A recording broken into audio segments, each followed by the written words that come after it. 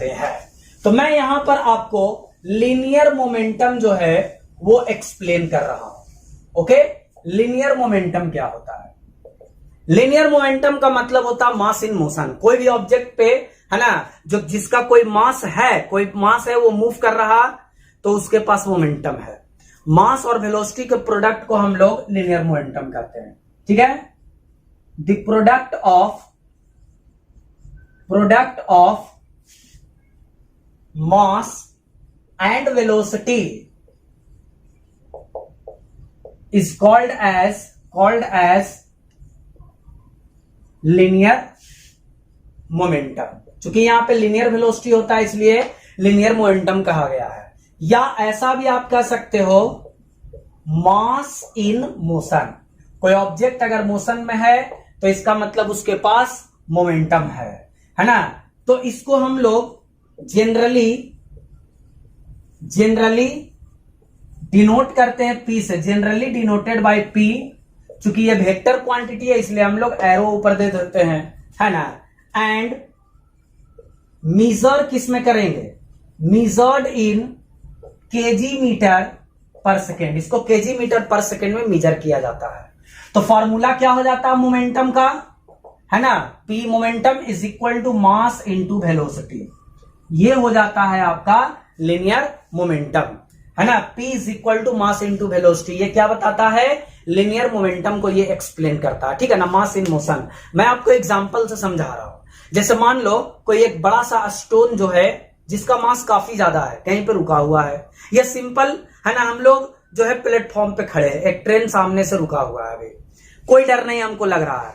अगर हम लोग पटरी पर भी चले जाए तो कोई डर नहीं लगेगा। लेकिन अगर वही ट्रेन धीरे धीरे हमारे तरफ आना शुरू कर दे, बहुत ही स्लो वेलोसिटी से, या वही बड़ा सा पत्थर धीरे धीरे हमारे तरफ आना शुरू कर दे, तो हम लोग वहां पर से तुरंत भाग जाएंगे। डर लगेगा, क्यों? शुरू में तो हमको डर नहीं लग रहा था। क्या हम लोग उसके मास से डर गए या वेलोसिटी से? वेलोसिटी तो बहुत कम था। हम लोग मास और वेलोसिटी के कंबाइंड फॉर्म से डरे, यानी कि मोमेंटम से। क्यों? है ना। मास से अगर डर लगता तो जब ट्रेन रुका हुआ था उस समय भी हमको डर लगना चाहिए था। जब स्टोन बड़ा सा रुका हुआ है तब भी हमको डर लगना चाहिए था। अगर कोई ऑब्जेक्ट को हाथ में लेकर के कोई आपका फ्रेंड आपके तरफ तेजी से ऐसे मूव फेंके, हाथ को चलाए, ना भी हाथ में रहेगा कुछ, तब भी डर लग जाएगा। क्यों? इस वजह से क्योंकि हमें ऐसा लगेगा कि उसके पास कोई ऑब्जेक्ट है और बहुत ही तेज वेलोसिटी से मूव कराया है, यानी कि मोमेंटम क्रिएट होगा, और मोमेंटम से हम लोग डरते हैं। समझ में आया? मास मोमेंटम का सिंपल आप समझ लो मतलब कि कोई ऑब्जेक्ट मोशन में है, मास और वेलोसिटी के कंबाइंड फॉर्म को हम लोग क्या कहते हैं? मोमेंटम कहते हैं। आ रहा बात समझ में? कोई भी एक ऑब्जेक्ट अगर रुका हुआ है तो उसका मोमेंटम जीरो, क्योंकि वेलोसिटी क्या होगा? जीरो। अगर कोई ऑब्जेक्ट 10 मीटर पर सेकेंड से मूव कर रहा है, मास उसका जो है वो 2 kg है, और वो 10 मीटर पर सेकेंड से मूव कर रहा है, तो मल्टीप्लाई कर दीजिए। यहां से जो मल्टीप्लाई करके आएगा that will be the momentum of the body. ये एक वेक्टर क्वांटिटी होता है तो इसके पास डायरेक्शन भी होता है, ठीक है। तो लीनियर मोमेंटम से ही रिलेटेड जो है वो हम अभी एग्जांपल आपको न्यूमेरिकल तौर पे, है ना, न्यूमेरिकल बेसिस पे कुछ आपको एग्जांपल एक्सप्लेन करते हैं लीनियर मोमेंटम पे, ठीक है। जैसे मान लो कि कोई एक ऑब्जेक्ट है ना, पहला एग्जांपल, जिसका मास दिया हुआ है 2 kg और वेलोसिटी दिया हुआ है 5 मीटर पर सेकेंड। कहेगा मोमेंटम फाइंड करो। Simple, P is equal to mv, ठीक है। 2 × 5 कितना हो जाएगा? 10 kg मीटर पर सेकेंड। या ऐसा कहा गया कि एक ऑब्जेक्ट जो है वो रेस्ट से चलना शुरू किया, इनिशियल वेलोसिटी 0, और बाद में उसका वेलोसिटी हो गया 5 मीटर पर सेकेंड, मास उसका 2 kg था। कहेगा कि मोमेंटम फाइंड करो। तो कैसे फाइंड करेंगे?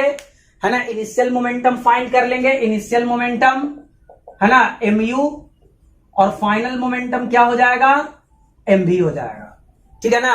Mass into initial velocity, mass into final velocity. यहां से मोमेंटम फाइंड कर लेंगे। अब यहां से क्वेश्चन कहेगा find change in momentum, momentum में कितना चेंज हुआ है। तो final momentum minus initial momentum करके हम लोग इसको सोल्व कर सकते हैं। समझ में आया? जैसे कि अगर रेस्ट के जगह पर ये ऑब्जेक्ट जो है एक ऑब्जेक्ट 2 मीटर पर सेकंड से चल रहा था शुरू में, और बाद में उसका वेलोसिटी जो है वो हो गया 1 मीटर पर सेकंड। ठीक है, मास पहले था 2 kg और बाद में भी मास 2 kg ही है। तो इनिशियल मोमेंटम यहां पर वाला फाइंड करेंगे पहले mu से, और यहां पर का फाइनल मोमेंटम फाइंड कर लेंगे हम लोग mv से। अब क्या करेंगे, है ना, चेंज इन मोमेंटम अगर फाइंड करना है तो p final minus p initial, यहां से जो मोमेंटम आएगा फाइनल और यहां से जो मोमेंटम आएगा उसका वैल्यू पुट कर देंगे, यहां पे सब्ट्रैक्ट कर लेंगे, आ जाएगा आंसर। माइनस में भी आ सकता है। मान लो बाद का वेलोसिटी आपका क्या हुआ, बाद का वेलोसिटी जो है वो कम गया तो आपका चेंज इन मोमेंटम माइनस में आ जाएगा। चेंज इन मोमेंटम को समझना बहुत जरूरी है, क्योंकि इसी से जो है न्यूटन का सेकंड लॉ बेस्ड होता है ना। न्यूटन का जो सेकंड लॉ है मैं इसी से रिलेट करके उसको एक्सप्लेन करूंगा, इसी से सेकंड लॉ बनेंगे न्यूटन का सेकंड लॉ, है ना। इसके लिए मैंने आपको लीनियर मोमेंटम एक्सप्लेन किया था कि मास और वेलोसिटी के प्रोडक्ट को हम लोग मोमेंटम कहते हैं। तो ध्यान से समझना, किसी भी ऑब्जेक्ट का मोमेंटम अगर हमको चेंज करना है तो मोमेंटम चेंज करने के लिए क्या करना होगा, देखिए मोमेंटम इज इक्वल टू होता है मास इनटू वेलोसिटी। तो मोमेंटम चेंज करने के लिए हमको या तो मास बदलना होगा या तो वेलोसिटी बदलना होगा। मास तो जनरली कांस्टेंट रहता है किसी भी ऑब्जेक्ट का, वेलोसिटी उसका चेंज करेंगे। वेलोसिटी कब चेंज होता है, किसी भी ऑब्जेक्ट का वेलोसिटी बदलने के लिए हमें फोर्स लगाना पड़ता है। बिना फोर्स लगाए हुए किसी ऑब्जेक्ट का वेलोसिटी चेंज किया जा सकता है? बिल्कुल नहीं। इसका मतलब क्या हुआ कि अगर हमें, if we have to change the linear momentum of a body, then we must have to apply some force. बस यही जो है न्यूटन का सेकेंड लॉ है। यहां पे स्टेटमेंट आपको लिखा हुआ है ना। न्यूटन ने अपने सेकेंड लॉ में कहा कि the rate of change of linear momentum, the rate of change of linear momentum of a body is directly proportional to the applied unbalanced force. ठीक है ना, in the direction of the force. किसी भी object का जो momentum change होने का rate है ना, रेट कहने का मतलब change in momentum divided by time, per unit time. ठीक है ना, तो मोमेंटम चेंज होने का जो रेट है वो डायरेक्टली प्रोपोर्शनल होता है फोर्स के। मतलब जितना ज्यादा फोर्स आप अप्लाई करोगे मोमेंटम में, उतना ही ज्यादा क्या आएगा, चेंज आएगा। ठीक है, स्टेटमेंट आपका लिखा हुआ है, इसको हम लोग इस तरह से भी लिख सकते हैं। ठीक है, force directly proportional to the rate of change of momentum. इसको rate of change of momentum पढ़ेंगे। ठीक है ना, डेल्टा पी का मतलब हुआ चेंज इन मोमेंटम और डेल्टा टी का मतलब हुआ चेंज इन टाइम। ठीक है, तो इसको हम लोग कहते हैं न्यूटन का सेकेंड लॉ। मतलब सिंपल सी बात है कि फोर्स आप जब लगाओगे तो मोमेंटम उतना ज्यादा चेंज होगा, जितना ज्यादा आप फोर्स लगाओगे, है ना, रेट जो मोमेंटम का चेंज होने का होगा वो उतना ही अधिक होगा। न्यूटन का सेकेंड लॉ का बहुत सारा एप्लीकेशन है। जैसे कि हम लोग देखते हैं कि जो क्रिकेट मैच होता है उसमें कोई प्लेयर जब बॉल को कैच करता है तो अपने हाथ को थोड़ा सा पीछे करता है। क्यों ऐसा करना पड़ता है उसको? इस वजह से, है ना, ताकि टाइम इंक्रीज हो। देख लीजिए, फोर्स जो है टाइम के इनवर्सली प्रोपोर्शनल है। टाइम इंक्रीज हो, जितना ज्यादा टाइम रहेगा फोर्स का इंपैक्ट जो है, इफेक्ट जो है उतना कम होगा। अगर बॉल को, है ना, डायरेक्टली कैच किया जाए तो उस प्लेयर को हाथ पे चोट ज्यादा लगेगा, और अगर, है ना, थोड़ा सा टाइम ले करके, यानी कि हाथ को पीछे करके और बॉल को कैच किया जाए तो टाइम क्या होगा, इंक्रीज कर जाएगा। टाइम इंक्रीज करेगा तो इंपैक्ट क्या होगा, रेड्यूस होगा, फोर्स उसको कम लगेगा। ठीक है ना, और भी बहुत सारा, जैसे कराटे प्लेयर जो है कई सारे, है ना, वुडन ब्लॉक्स को एक के ऊपर एक रख करके, या, है ना, ब्रिक्स को एक के ऊपर एक रख करके उसको, है ना, क्या करता है, काफी तेजी से उस पे जर्क करता, फोर्स लगाता, वो तुरंत टूट जाता। वहां पर भी न्यूटन का सेकेंड लॉ अप्लाइड होता है। ठीक है, तो न्यूटन का सेकेंड लॉ आपको समझ में आया क्या होता है ना, rate of change of linear momentum is directly proportional to unbalanced external force in the direction of the force. Now we will see the mathematical formulation of Newton second law of motion. हम लोग मान लेंगे कि एक object है जिसका मास m है। ठीक है, u वेलोसिटी से वो मूव कर रहा था। अब उस ऑब्जेक्ट का वेलोसिटी थोड़ा देर के बाद v हो गया, तो ये v वेलोसिटी का क्यों हो जाएगा, वेलोसिटी बदल क्यों जाएगा ऑब्जेक्ट का, फोर्स अप्लाई करने से। ठीक है, मान लो इस बॉडी पे फोर्स F लगाया गया, बॉडी का पहले वेलोसिटी था u और बाद में वेलोसिटी कितना हो गया v। मान लो कि इसमें जो टाइम लगा वो टाइम t है, तो अकॉर्डिंग टू है ना second law of motion F is directly proportional to rate of change of linear momentum. इसी को हम लोग न्यूटन का सेकेंड लॉ कहते हैं। तो F directly proportional delta P को क्या लिख सकते हैं, लास्ट वीडियो में बताए थे, चेंज इन मोमेंटम मतलब हो गया final momentum minus initial momentum, final momentum minus initial momentum divided by है ना final time minus initial time. यहां से क्या आ जाएगा देख लीजिए आप, है ना फाइनल मोमेंटम यानी कि बाद का मोमेंटम, बाद का वेलोसिटी और मास का प्रोडक्ट कितना है, मास इंटू वेलोसिटी mv, यहां पे हम लोग mv लिख देंगे, माइनस इनिशियल मोमेंटम कितना है mu, divided by total time कितना लगा है t टाइम तक फोर्स जो है उस पर अप्लाई होता रहा। यहां से हम लोग इधर आ जाएंगे, F डायरेक्टली प्रोपोर्शनल, मास दोनों में कांस्टेंट है, कॉमन कर लो तो क्या आएगा v minus you divided by T. ये तो हम लोग पहले से पढ़े हुए हैं, है ना, हम लोग पढ़े हैं v is equal to U plus A T. यहां से आप a का वैल्यू निकालोगे तो क्या आ जाएगा v minus you by T, ठीक है ना। तो v minus you by T के जगह पे क्या पुट कर देंगे, a पुट कर देंगे, तो यहां से हमारे पास क्या इक्वेशन आ जाएगा m इंटू ए।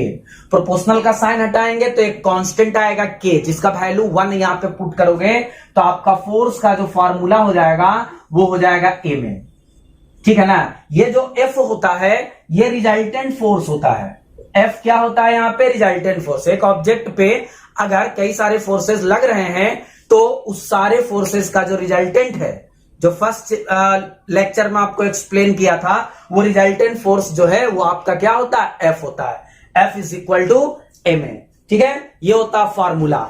अगर कोई ऑब्जेक्ट है ना, अगर कोई ऑब्जेक्ट यूनिफॉर्म मोशन से मूव कर रहा होगा, कोई भी ऑब्जेक्ट अगर यूनिफॉर्म मोशन से मूव कर रहा होगा कांस्टेंट स्पीड के साथ, है ना, तब फिर उस पे फोर्स जो है बैलेंस फोर्स एक्ट होता है। उस केस में F इज इक्वल टू 0, क्योंकि एक्सेलरेशन 0। रिजल्टेंट फोर्स में उसको मैंने आपको एक्सप्लेन किया है। यहां पे मैं एक क्वेश्चन आपको है ना एग्जांपल के तौर पे एक्सप्लेन कर रहा हूं। मान लो है ना an object of mass 10 kg is moving with velocity 5 meter per second. A force is applied upon it and velocity increases to 10 meter per second in 2 seconds, ठीक है। फाइंड फोर्स, फोर्स का magnitude हमको find करना है। कैसे आएगा, simple formula use करेंगे, F is equal to क्या होता है ma होता है, ठीक है। m को तो m ही रहने देंगे। एक्सेलरेशन के लिए फार्मूला भी बताया, वेलोसिटी टाइम दिया हुआ है तो क्या हो जाएगा v minus you divided by T. ये एरो क्यों दिया जा रहा है, एरो इसलिए दिया जाता है ना क्योंकि ये वेक्टर क्वांटिटी है, ठीक है। तो मास आपका कितना है, मास जो है वो 10 kg है। वेलोसिटी कितना है, वेलोसिटी फाइनल वेलोसिटी देख लेते हैं, फाइनल वेलोसिटी है ना 10 meter per second minus initial velocity 5 meter per second divided by time 2 second. ये 5 बार में कैंसिल हो जाएगा, 5 इंटू 5 यहां से आ जाएगा 25 न्यूटन। फोर्स एक वेक्टर क्वांटिटी होता है और इसका एसआई यूनिट जो होता है वो न्यूटन होता है। समझ में आया, एसआई यूनिट क्या होता है न्यूटन। ये सब चीजें क्लास 8 में पढ़े थे हम लोग, इसलिए मैंने यहाँ पे एसआई यूनिट वगैरह बताया नहीं, लेकिन ये आप याद रखना कि फोर्स जो है वो वेक्टर क्वांटिटी है और उसका एसआई यूनिट न्यूटन होता है ना। उसका एक सीजीएस यूनिट भी होता है जिसको डाइन कहते हैं। एक न्यूटन बराबर होता है 10⁵ डाइन, ठीक है ना। डाइन का मतलब होता है ग्राम सेंटीमीटर पर सेकेंड, ठीक है। और न्यूटन का क्या मतलब होता है KG metre per second square, है ना। और भी होते हैं units, kilogram weight, kilogram force, ठीक है ना। जो वेट नेक्स्ट चैप्टर यानी कि ग्रेविटेशनल वाले है ना चैप्टर में आपको एक्सप्लेन किया जाएगा। कभी कभी क्वेश्चन ये भी पूछता है कि what do you mean by 1 Newton force. 1 Newton force का मतलब होता है कि जब किसी 1 केजी मास के ऑब्जेक्ट को 1 मीटर पर सेकेंड स्क्वायर से मूव कराया जाए तो इसका मतलब उस पर 1 न्यूटन का फोर्स एक्ट हो रहा है। ठीक है, thank you for watching this. In next video we will learn about Newton's third law of motion. Okay.